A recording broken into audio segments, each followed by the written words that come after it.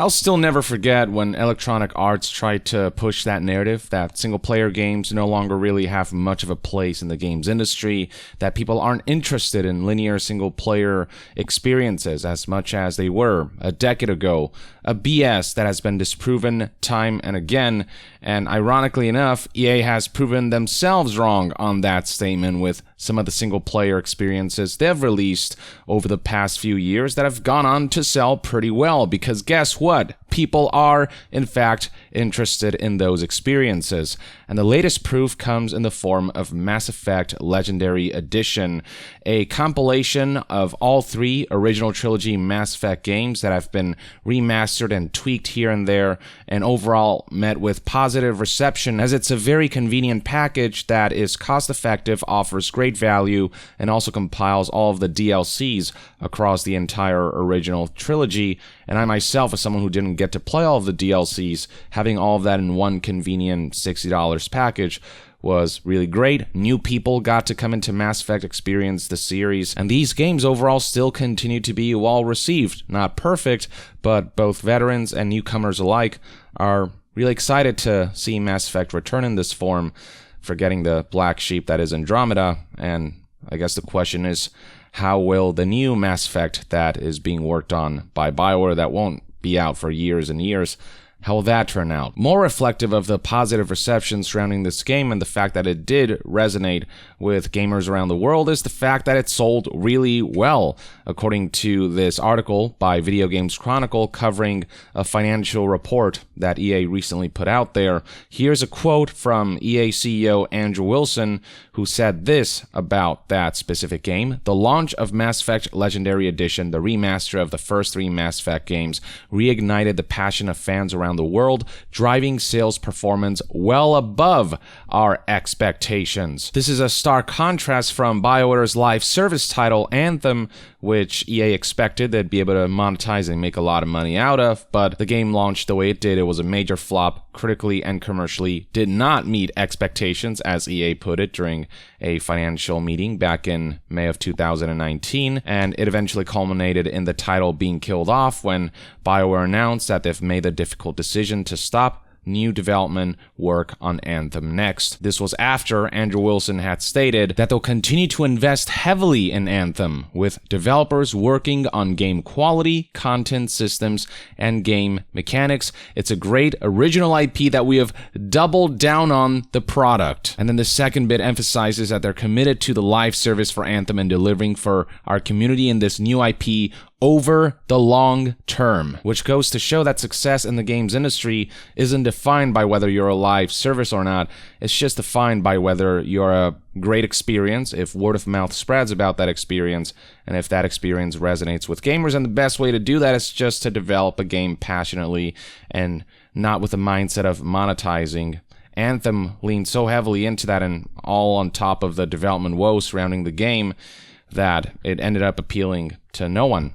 Whereas Mass Effect Legendary Edition, they're just 3 solid RPGs that continue to resonate with people because of their quality. Because these games harken to the good old days of BioWare, when they made games that they were best at, when EA's influence didn't seep in too much, when, what can I say, when BioWare was good back in the day. And looking at Steam charts, you can see just how much players have engaged with this game. And this is just on PC and specifically on the Steam platform, with an all-time peak of almost 60,000 players, 7,500 people playing over the last hour, a 24-hour peak of 8,000 players as of August 5th, 2021. People are still playing this game, and data also shows that Mass Effect Legendary Edition has the highest concurrent players ever for a Mass Effect game, the highest concurrent players ever for a BioWare game, and the second highest concurrent players ever for EA, only behind Apex Legends, which is the mega popular battle royale. But for a non-live service single-player game like this to do these numbers, I mean, that's impressive. It does speak to this game being successful, and it spotlights once again that there is still a huge demand for single-player games, for high-quality single-player experiences. It does seem as though more and more EA is loosening on this stance and this ridiculous idea that single-player games just don't have as much of a place in the industry as they once did, that live services are the way forward, when really, you want to have as much variety as possible. You want experiences for everyone. Multiplayer and single-player games can coexist. They both have equal chances of succeeding and failing. Signs that EA is loosening on that front include the fact that with Star Wars Jedi Fallen Order coming to Series X and PlayStation 5, and with that game having succeeded when it initially launched, EA committed that they're going to continue to invest in this franchise as well as the Mass Effect franchise. You may recall that back in November of 2019, EA said in their financial briefing that this was the fastest selling digital launch for a Star Wars game in its first 2 weeks. Faster than the live service Star Wars Battlefront 2, which, we don't need to reminisce on that disaster and the way that was disastrously launched with all the loot boxes. Though if you want to poke fun at that incident, I do have a Star Wars themed Sense of Pride and Accomplishment t-shirt on my merch store, yongya.com. During an EA earnings call from May of 2020, we learned that the game sold over 10 million copies at that time. And if you take into account things like subscription services, as of June of 2021, the game has been played by over 20 million players, which is huge. Because of the success of that title, a sequel is being worked on, which, hell yes. Beyond Jedi Fallen Order, they also recently released Star Wars Squadrons, which was a multiplayer game, but it wasn't a live service. It had set amount of content, no microtransactions whatsoever, and that promise has still held.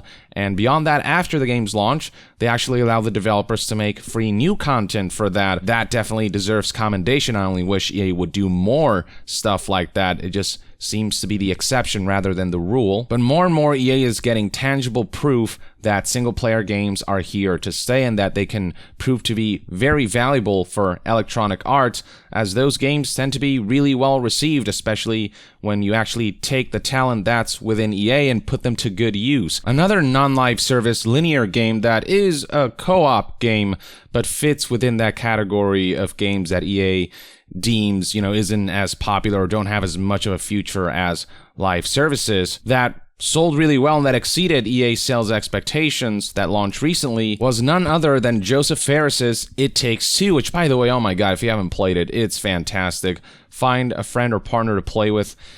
To me, it's one of my Game of the Year nominees. It's that good, in my opinion. But this game happened to surpass expectations, and both Mass Effect Legendary Edition and It Takes Two contributed to the company's overperformance in full game sales. Joseph Fares had also made A Way Out, and that game back in the day also had exceeded expectations for Electronic Arts. According to PC Gamer here, EA expected that this game would sell 900,000 copies total in its lifetime.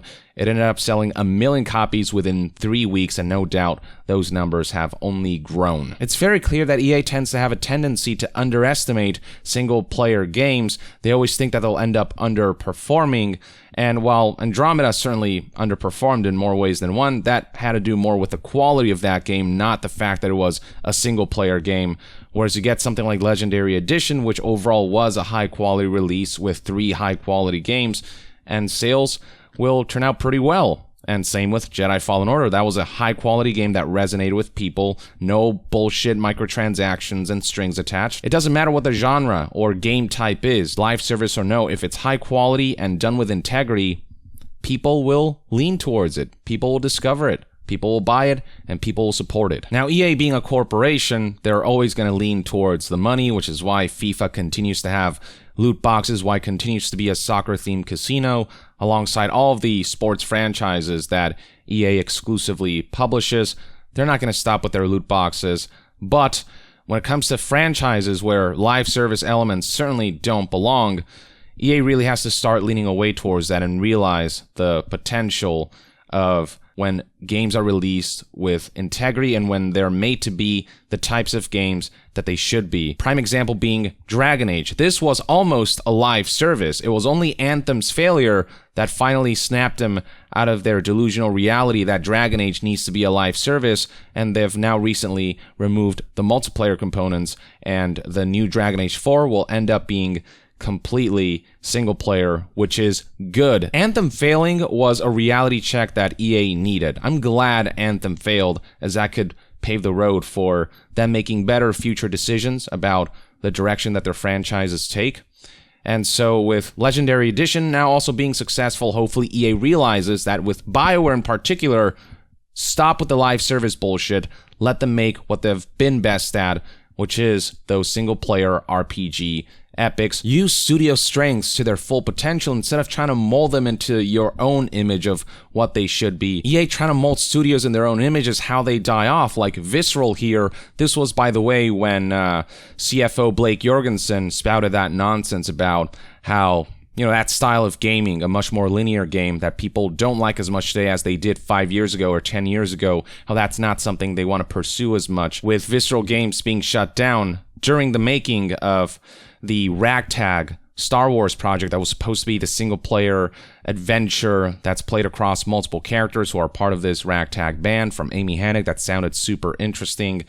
A part of the reason why they shut down Visceral and shut down that game and shifted to a live service was because of this ridiculous notion that the popularity of linear games is declining, which again, complete bullshit. And the way they set this studio Visceral up for failure by having them do Battlefield Hardline and games that, you know, that they didn't really specialize in. They specialized in third-person action experiences like Dead Space.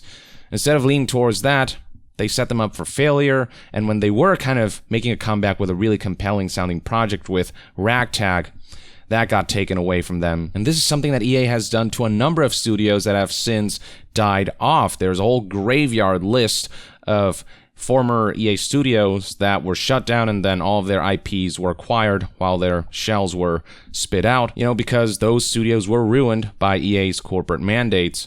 And hopefully with the leniency on the whole live service future and this idea that single-player games don't belong, with EA seemingly showing signs of leaning more and more into single-player experiences, hopefully BioWare with Dragon Age 4 and the next Mass Effect can make some major comeback that shows that there is still a bit of that old BioWare in there somewhere that can make really high-quality games. I mean, we are seeing EA pursue projects like the Dead Space remake that they recently announced, and which apparently won't have any microtransactions. So this is intended to be a full-fledged single-player game, and the fact that Dead Space is coming back has certainly got a lot of people excited, though this is kind of insulting given how EA butchered Visceral only to absorb that Dead Space franchise and hand it off to one of their internal studios, which is how they've done things. But we'll see how this Dead Space remake turns out, and if it sells well enough, it might further reinforce the notion to EA that single-player games,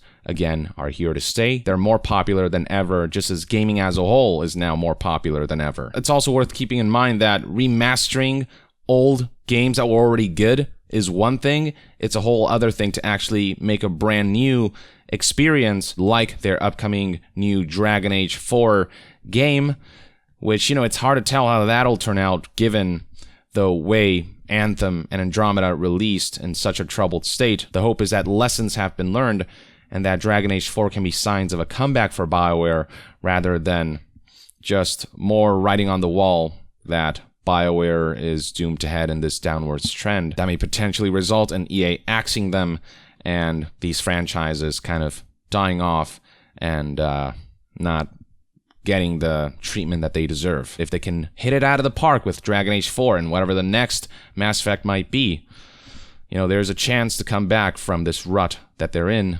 But the quality has to be there, and that has to be an effort that both the publisher and the developers have to be united in.